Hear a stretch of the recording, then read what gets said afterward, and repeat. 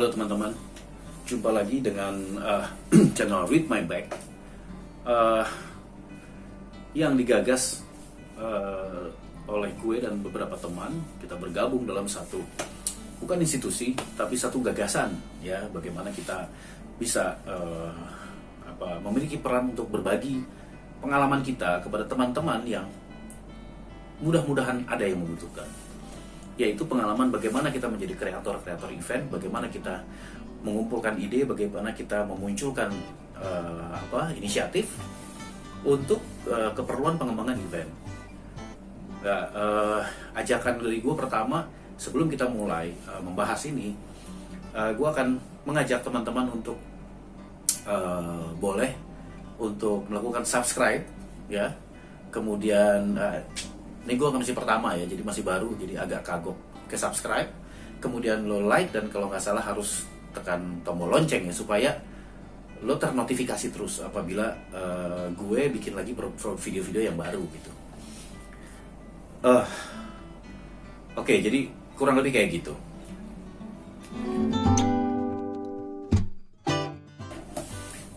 Oke, sebelum mulai gue jelaskan, ini agak aneh, ya, agak unik. Gue tidak punya mikrofon, oke? Gue harus ngambil handphone jaraknya cukup baik, ya, supaya kelihatannya lebih enak. Tapi gue punya keterbatasan, gue tidak punya mikrofon. Insya Allah dalam waktu dekat mungkin gue akan beli, ya, tapi gue nggak bisa menunggu itu, sehingga gue mencoba dengan yang gue punya gitu. Kebetulan gue punya ini kalau nggak salah mereknya Sena 30S, pemberian dari teman gue, bukan punya gue nggak beli, jadi gue dikasih sama teman gue. Gue coba pakai mic ini nih, ini mic yang ada di sini. Mudah-mudahan bagus suaranya, ya, karena Sena mudah-mudahan juga, ya, banyak dipakai orang lah. Oke, anyway, kita yang penting kan isinya, ya. Kita berusaha menampilkan sesuatu yang baik. Apakah itu kontennya, mungkin secara visual gue biasa aja gitu, ya. Video ini akan biasa aja, tapi mudah-mudahan isi yang lumayan gitu. Oke, kita ke substansi. Kemarin episode yang pertama, yang menurut gue, waduh, sangat sederhana, dan at least gue membuat sesuatu lah, ya. Mudah-mudahan itu menjadi tonggak sejarah gitu. Gue bisa berbagi dalam YouTube ini, dimulai dengan hal-hal yang sangat sederhana. Kemarin kita bahas tentang bagaimana kita harus menjadi seorang event planner. Kita harus punya sikap, ya, punya sikap sebagai event planner. Sikap itu yang pertama adalah lo harus friendly dan humble gitu. Banyakin teman lo, ya, jangan terlalu memilih-milih orang, ya. Banyakin sahabat lah, ya, banyakin teman dan jadikan mereka sahabat. Jadikan mereka think tank lo dalam membahas banyak hal, sehingga lo punya informasi-informasi yang masuk ke dalam diri lo untuk menunjang pekerjaan lo. Ya, ilmu pengetahuan juga lah, ya, jadi lo punya wawasan yang luas. Malam ini gue ingin bahas tentang tetap masih dalam sikap seorang event planner, yaitu good listener sama intuitif. Lo udah tau lah, ya, good listener itu apa. Kita harus menjadi orang yang rela menekan ego, bersabar untuk mendengarkan orang lain bercerita kepada kita. Sometimes cerita itu males banget dengernya. Sometimes cerita itu ngebosenin, ya. Tapi kita harus begini, kita harus menganggap bahwa semua cerita yang muncul dari orang itu adalah informasi. Apapun itu. Dia cerita tentang usaha kopi, kita dengarkan. Dia cerita tentang motor dia yang begitu keren, gue dengerin. Dia cerita tentang bisnis fashion dia, gue dengerin. Nggak semuanya gue suka 100%. Yang gue suka adalah dengerinnya. Yang gue suka adalah karena gue menghargai orang. Dan harapan gue adalah orang juga menghargai gue. Timbal baliknya. Jadi good listener, lebih sedikit bicara, lebih banyak mendengarkan. Bersabar terhadap sesuatu yang lo nggak suka dengerin. Bersabar terhadap sesuatu yang mungkin bukan bidang lo gitu. Lo nggak doyan banget lah sama itu.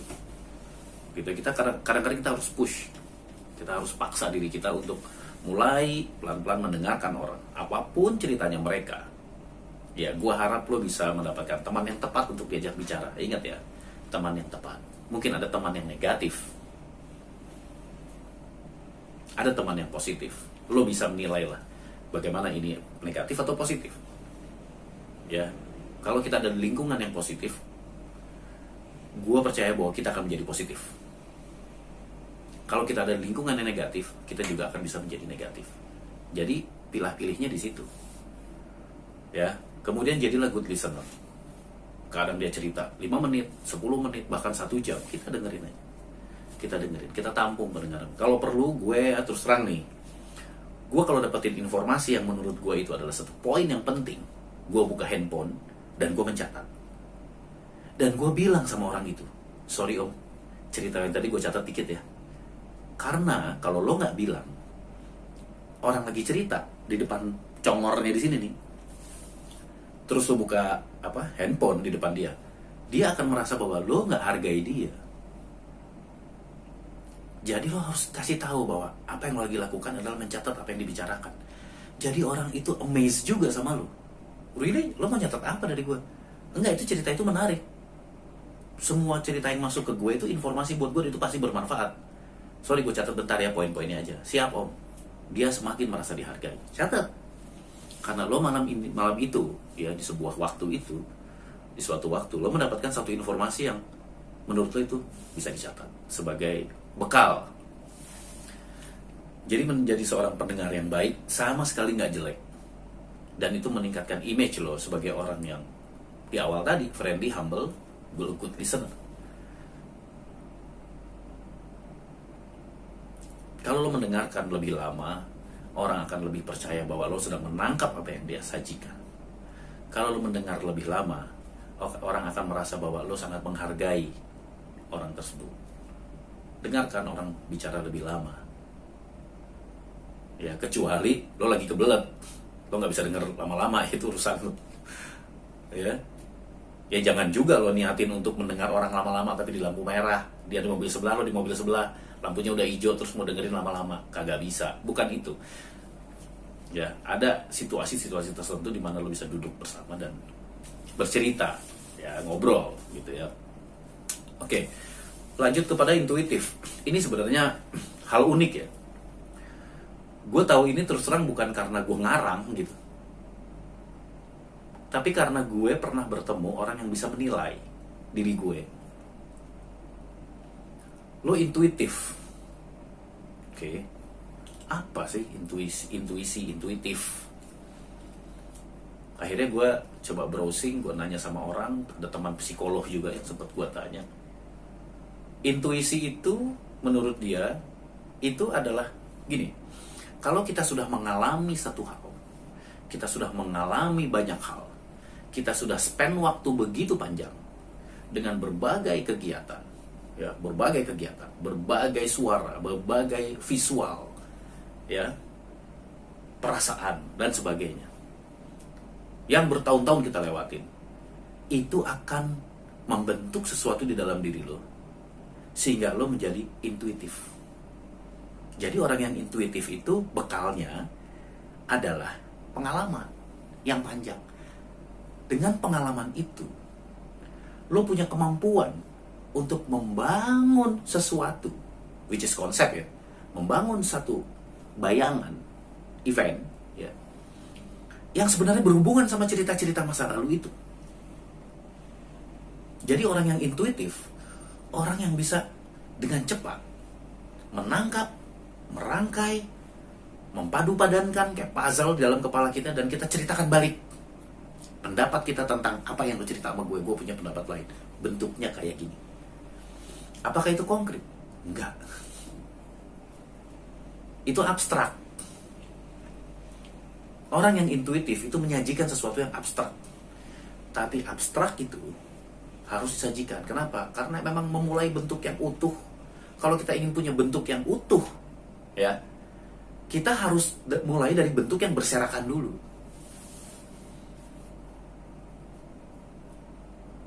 Apalagi kita hidup dan bisa menjalani profesi ini lebih banyak karena dari pengalaman.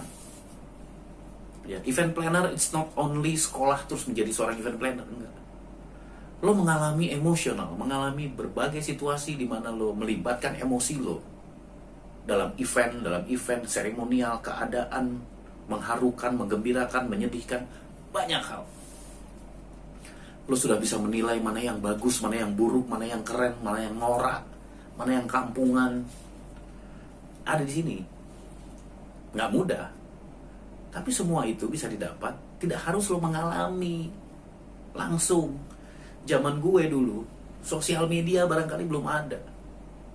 Jadi gue terpaksa mengalami langsung. Dari awalnya kepepet, gue suka, akhirnya gue menjadi orang event, jadi event people. Sejak dulu gue mulai bekerja sampai sekarang, lebih dari 25 tahun. Mengalami, bekerja, menjadi penonton, menjadi orang di belakang panggung, menjadi orang yang ada di samping panggung, menjadi orang yang ngurus audiens di depan. Berbagai hal gue sudah lewatin. Bahkan gue pernah bekerja di dalam suatu lokasi area kecil, gelap, di atas sebuah gedung, di atapnya, di roof, bukan di roof, di attiknya gitu. Kita sebutnya truss, di atas truss. Gue pernah main follow spot. Gue gak ada teman, sendirian. Sementara di bawah gue ribuan orang gue lihat bersorak-sorai. Gue di atas sendiri, kena angin, semilir, dingin. Gue main follow spot. Gue sangat, lah gue kalau membayangkan itu sesuatu yang menurut gue itu experience yang sulit gue bisa dapat lagi sekarang. Sulit, susah gue dapat itu karena gue mendengar hiruk pikuknya orang. Gue pakai headset, gue mendengar sebuah perintah. Ya tentunya bahasa Inggris ya, karena acara-acara internasional. Jadi gue mendengar perintah-perintah kemana gue harus melakukan sorotan lampu, warna apa yang mau dipakai. That's amazing, situasi emosional yang menurut gue mengalami itu gitu. Sehingga ya alhamdulillah bekal gue banyak. Nah buat teman-teman bisa mempercepat proses itu, nggak kayak gue kelamaan gitu bertahun-tahun. Lo bisa mempercepat proses itu. Banyak experience dalam bentuk digital, banyak informasi dalam bentuk digital berbasis IT, internet. Ambil itu. Cuman nggak bisa cuma melihat. Nah, lo saksikan inilah, gitu. Sekali-sekali lo lihat video ini, jadi lo ngerti nih. Kalau gue dapet visual ini, yang gue tangkap apa sih? Supaya gue jadi orang yang intuisi. Oh ternyata ada kejadian. Nah satu hal yang bisa gue kasih tips juga, tips kecil ya. Coba lihat event behind the scene-nya. Lihat film behind the scene-nya. Lihat film behind the scene-nya. Lihat pemanggungan behind the scene-nya. Cari behind the scene. Kalau behind the scene tuh lo tahu, oh orang-orang bersorak-sorak kayak gitu, di belakang tuh ada sebuah kejadian yang berbeda, bisa bertolak belakang. Di sana orang bisa applause, di belakang sini orang bisa nangis dipacu oleh sebuah perintah untuk pemanggungan yang begitu rumit. Good listener, intuitif. Jadi pendengar yang baik, ya. Kumpulkan informasi dan jadi orang yang memiliki intuisi yang cukup. Ya event planner nggak bisa menurut gue. Gue pernah ketemu sama event planner yang di brief dulu, kemudian diajak brainstorming, diajak ngobrol, dia nggak mau atau mungkin tidak bisa. Harus bisa, event planner harus bisa kasih kulit, kasih yang abstrak itu tadi. Harus bisa. Begitu diajak ngobrol, lo harus langsung punya perumpamaan, abstraksi, bentuk-bentuk yang mungkin bisa ditangkap begitu. Klien bilang, gue suka tuh yang itu. Kayaknya itu cocok, kayaknya ini cocok, kayaknya. Catat. Mulailah dengan apa yang dia suka. Mulailah apa yang menurut dia klien cocok dengan produknya. Gitu. 12 menit malam ini menurut gue lumayan ya. Kemarin cuma 6 menit, sekarang 12 menit. Mudah-mudahan lo bisa dapetin sesuatu dari 12 menit ini. Jadi good listener, pendengar yang baik, jadi orang yang memiliki intuisi. Ya, lo jual tuh semahal-mahalnya apa keahlian di dalam diri lo. Ya. Kurang lebih kayak gitu. Sharing gue agak emosional. Enggak lah, ya. Gue berusaha ngomong sama kamera dan this is my best try. Oke? Jadi yang pasti akan ada episode berikutnya, ada judul-judul berikutnya, ada keseruan-keseruan berikutnya. Gue memang monolog, gue sendiri, gue tidak mau melibatkan orang dulu. Nanti di next episode, mudah-mudahan kalau zaman COVID ini sudah berlalu ya, zaman COVID ini sudah selesai, nanti gue akan mulai melakukan visit event, ya, ada tukang bakso lewat, ya, melakukan visit event, kemudian menemui orang-orang yang menurut gue bisa menginspirasi teman-teman yang menyaksikan YouTube ini, gitu. Jadi tolong semangatin gue, ya, bantu gue supaya semangat dengan subscribe, nge-like, lonceng, ya. Sekali lagi, channel ini adalah Read My Back. Yang punya pesan, lihat apa yang ada di belakang. Untuk kita hargai semua yang sudah kita lewati. Bukan cuma pengalamanku, pengalaman lo juga harus lo hargai. Ayo menjadi jiwa kita terbangun, ya, keahlian kita bertambah karena kita lihat masa lalu yang sudah kita lewatin banyak. Gitu. Read My Back adalah you lihat masa lalu. Atau filosofinya adalah Read My Back. Buat orang-orang yang ada di panggung, lo akan melihat artis yang begitu glamor, ya. Lo akan melihat penampilan sebuah band yang begitu mengharukan, keren, ya.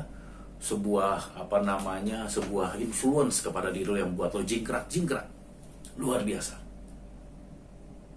Tapi kalau gue bilang read my back, lo harus melihat apa sih yang ada di baliknya mereka itu, apa sih yang ada di belakang itu.